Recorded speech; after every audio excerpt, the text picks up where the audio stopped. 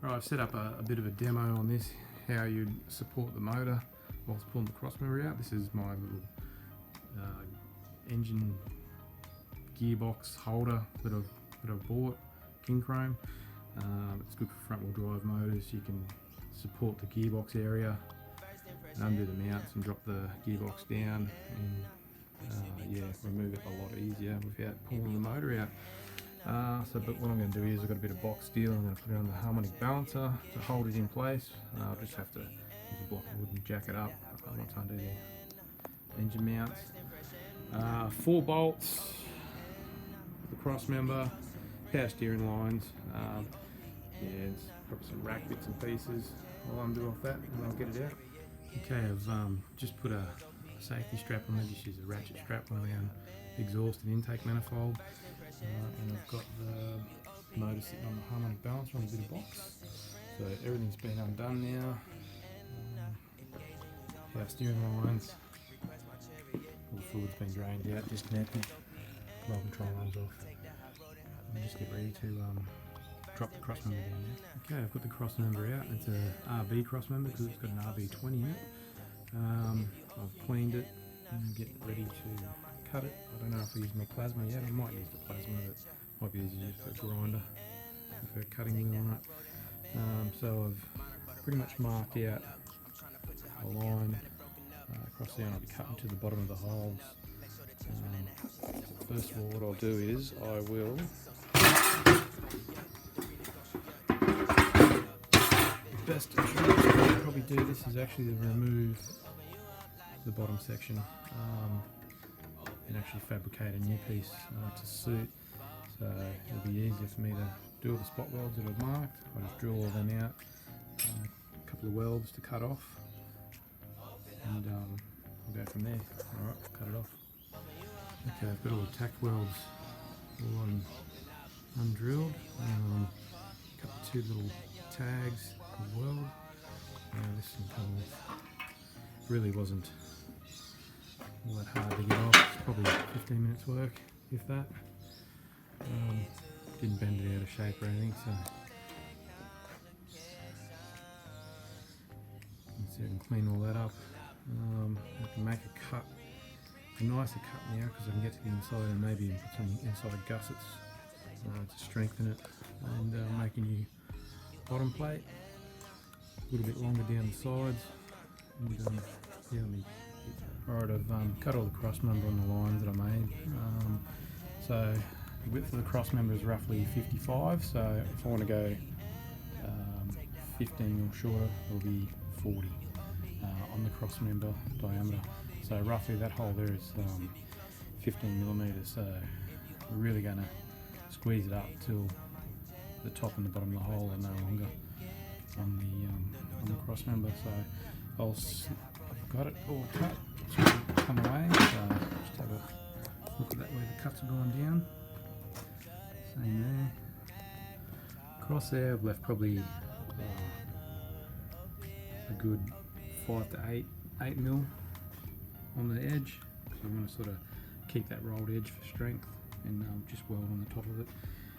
So I'll go ahead now and start trimming the other section up and make it all marry up nice and neat. Okay, I've got it all fitted up and cut to the right lengths and everything now. I have now 40mm across the member now, so that's a 15mm cutout that we've done on it. And what I'll do is, on the edges I was going to cut and wedge it in, but I'll probably just put a steel plate gusset on the inside, then I'll weld inside and out and just leave it like that. Same on the other side. I'll fill that hole up and also strengthen the inside. So what I'll do now is clean the other section up, get it ready for welding. Then I will put clamp a bit of steel across the side to side, tack it all up, then I'll dummy fit it to the car and make sure everything's still sitting square. And I haven't bent anything because it is quite flimsy at the moment. But it'll be all good if we just make sure we tack it properly and set it all up. Okay, now what I've done I've actually gone super forward. It's only 30mm across the crossmember now, so I've moved it 20mm rack forward. So what I'm going to do before I go doing any more cutting, I will dummy assemble it, see how everything fits, and I reckon I'll give it a go and leave it at okay, I've just tried a 25mm forward rack setup. It fits quite well, but the pinion clearance to the bottom of the rack right here, you'd have to modify the member and also put some cup head bolts in around the other way for the lower control arms, but I'm just going to put it back to the 15mm forward relocation kit with the GK Tech Rack Relocate mounts, and they're about 2mm you get out of them, so I'll get 17mm forward. Okay, I finally sort of got the rack where I wanted to go, so if you are cutting the cross member, it's probably a good idea to take some pretty crucial measurements. So on the setup, what I've been doing is just measuring from the rack to the lower control arm bolt hole, and same on both sides, make sure they're in the right spot, and also too to get the rack parallel, so it's in alignment with the lower control arm bolt. Also too, it is critical with these G-Tech spacers that if you have them in a different orientation, it actually can lift and lower the rack, which will affect your angle off the end of your rack end. So what I'm going to do is I'll get them, I've got them pretty much all set up in the right spot, like flat to the edge. So what I'll do is I'm actually going to put a weld on the inside, so that way they can't slip around, they're locked in, and they won't move anywhere. As well as I found with the spacers too, on the driver's side, if you put the spacer under here, it'll actually change the orientation of your rack. So you put a spacer there, it lifts it up, you put the spacer on the back, it drops it down, because that there is the locator. So if it rocks backwards and forwards, well, it moves your rack backwards and forwards. So I'm probably going to go with putting the spacers to the front, and that should drop my angle of my rack pinion slightly lower, which will fix all the steering angles up, and also the uni joint on the steering shaft as well. So, but it's all looking good. Just make sure you measure and you get all your measurements right before you weld it up together, because it's a potential to destroy a good cross member. Alright, I've dummy assembled it back onto the car to make sure nothing's bent and everything is straight and no twists or anything in it. So I've just put my rack back in, double checked it, and it's all good. So there's a couple of tacks I've put on it just to hold it in place, so I can go through now and start welding up. But before I do that, I'll put my bit of steel across my two flats just to keep it from warping. Put some clamps on it. Preferably if you had a workbench, you could actually make up some mountings and everything before you actually cut it apart, so that way when you bolt it back together, it's in the exact same stock position it come out of. Then you've got no dramas with warping.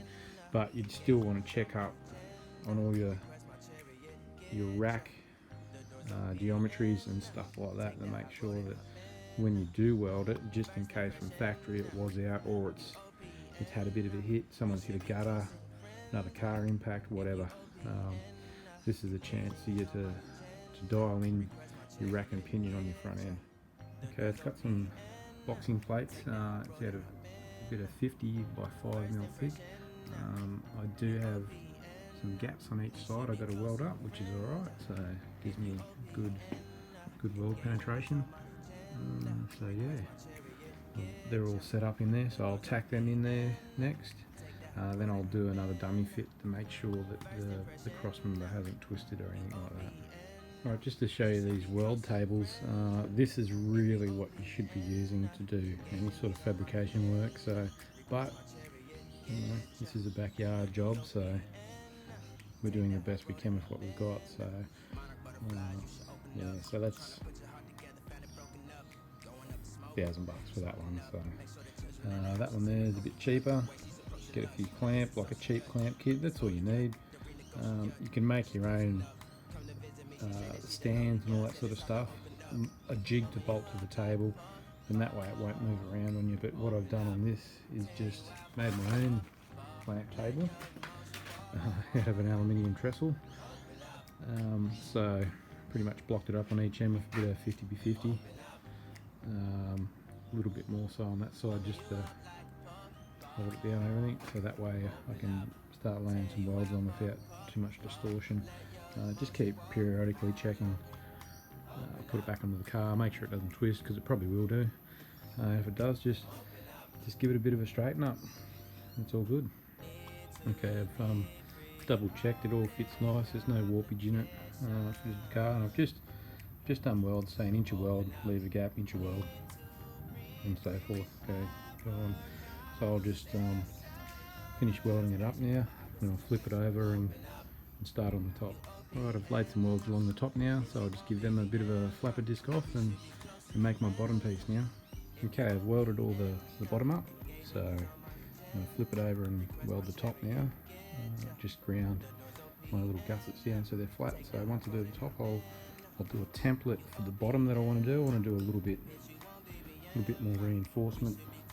Just put a triangle maybe across there, and fill the center section in here. But I'll keep doing the rest. Okay, I've just cut out with my plasma. Get it running over there. We'll cut up the 12mm thick, that little one, just 240 volt. I just put the cross member down, trace where I wanted to sort of go, then you just get your plasma, run it around. You just use your welding helmet on a low setting to protect your eyes, and yeah, watch out for the sparks. Okay, I'm nearly finished on this plate. I've hole sawed the holes, drilled some holes where the inner plate is so I can plug weld on both sides. It's pretty much near ready for tack up on this. I'll probably put some primer on the inside, then yeah, just grind around the outsides and go from there. Alright, I've put it back in the car. Then I put some really good tack welds on that base plate to make sure it kept straight and wasn't twisting. I also fixed up the relocation kit, so it's nice and snug there now. So what I did was just put a weld onto the edge, right about there, just ground it back to it snug, and also put a couple of some weld tags there, so that way when it slippers in, it goes in. It's nice and tight. Same with the left hand side. Just put some tags of weld there, so that way they're flush and flush on the mounting surface, so you don't have to worry about it sliding around on you and making your rack move out of place. Let your emotions waterfall on me. Open up. Open up. Need to deep breathe hard and calm. It's all painted up black, ready for the rack to be fitted to it. Just flip it over.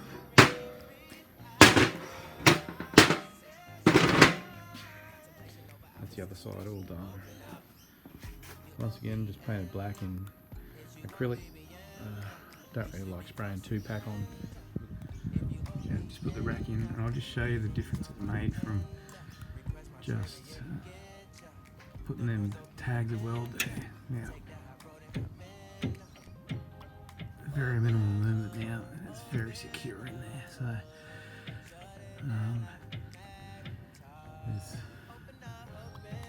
got about 1 mil movement in it now, so that's really good. Okay, for all my hard work, I have fixed the problem of the over-centering. So moving that rack forward and using the spacer kit from GK Tech, you can see it doesn't drop anymore as it comes around, and it holds fast, just like that. Doesn't want to fall back around and snap around by itself. So well worth the exercise, I think.